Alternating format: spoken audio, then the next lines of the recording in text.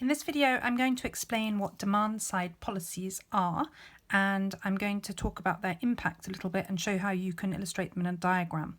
The first thing about demand-side policies, in macroeconomics, they're a type of government policy that can be used, and the intention of a demand-side policy is to change the aggregate demand in an economy.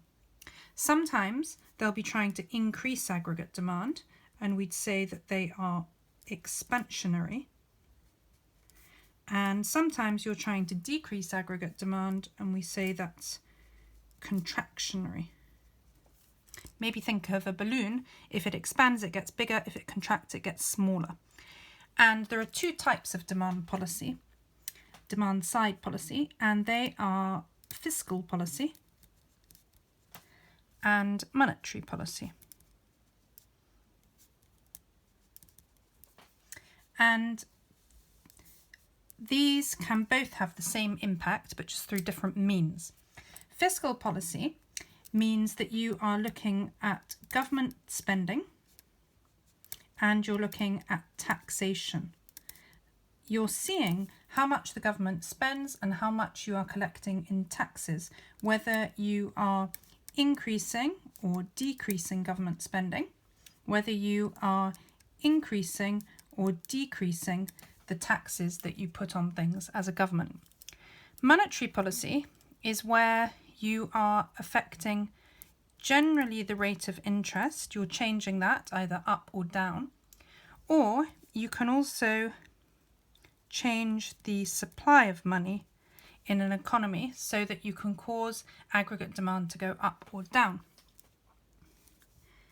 And just to show you really briefly, because I'll go into these in more detail in other videos, I'm just going to show you on a diagram how you would have, for example, an expansionary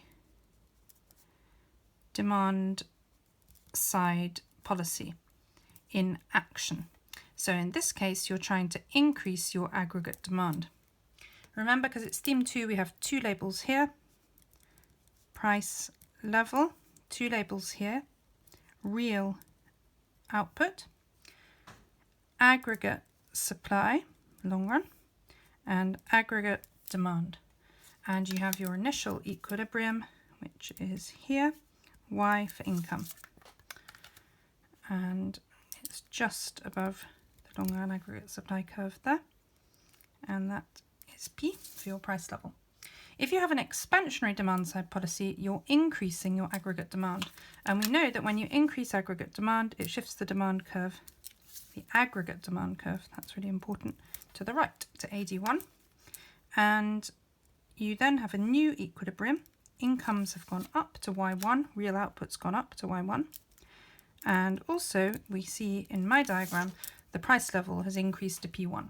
So when you go from here to here, you have real economic growth, you've got an increase in real output, incomes have gone up, and unemployment has gone down. And here, the price level has gone up, so that is inflation. And this, you'll remember from learning about inflation, is demand pull inflation. The price level has increased as a result of aggregate demand increasing. So I'll talk in other videos about the detail of these things, but what you're doing here is with fiscal policy, you're changing government spending and taxation to affect aggregate demand. And with monetary policy, you're changing rate of interest and or the supply of money to affect the aggregate demand. And overall, in this case, this would be expansionary demand side policy. If you did something to decrease aggregate demand, it would be contractionary demand side policy.